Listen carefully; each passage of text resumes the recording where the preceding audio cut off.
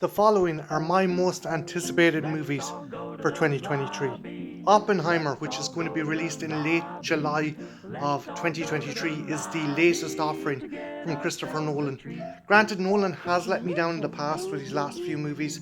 This is one I'm excited for. It's a biopic on J. Robert Oppenheimer, one of the head scientists and leads on the Manhattan Project.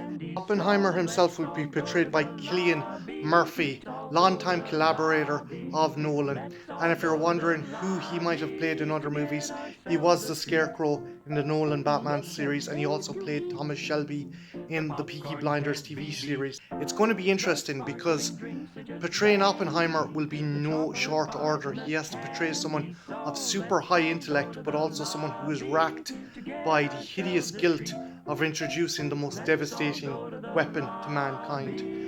The cast is also rounded out by some very well-known stars, such as Robert Downey Jr., Matt Damon, Emily Blunt, and Florence Pugh. I, for one, am excited to see this movie, and it's going to be interesting as Nolan is not a fan of using computer effects. He prefers to do everything in camera. So I'm wondering, is he going to use models to portray the different effects of the nuclear explosions, or actually use original archive material from the Manhattan Project?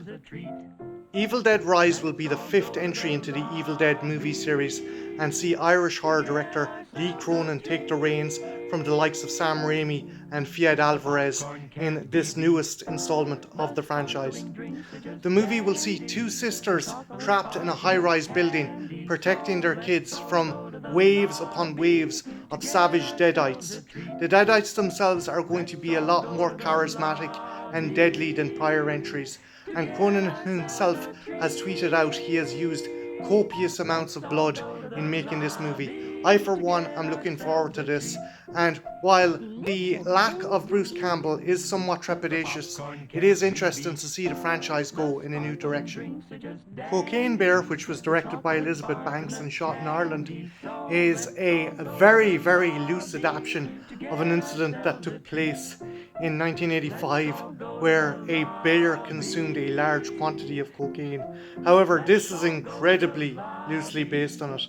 The bear in question did not go on a rampage, but for more comedic purposes, they have it go on a drug-fueled binge that results in carnage and bloodshed. The cast is led by Kerry Russell and the late great Ray Liotta, so for better or worse, this may be his actual last movie. Cocaine Bear has no illusions about what it is. It's dumb fun, and I, for one, am looking forward to the silliness of it all. And my number one most anticipated movie for 2023 has to be 65. After the disappointment that was Jurassic World Dominion, I thought it would be a very long time before we saw another big screen dinosaur movie. But lo and behold, we get a kick-ass looking sci-fi adventure starring Adam Driver and with the creative team behind A Quiet Place.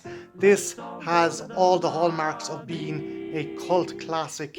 I'm excited to see how Driver's character survives in this primal landscape and also has to protect his young ward in a world filled with prehistoric predators. Also, the sci-fi element has me interested as it makes me wonder, will Adam Driver's Captain Mills inadvertently cause the extinction of the dinosaurs, or could he possibly avert the extinction of the dinosaurs, dooming mankind to never exist? The premise of this movie has my imagination working overtime, and I, for one, cannot wait to see what happens when 65 hits cinemas.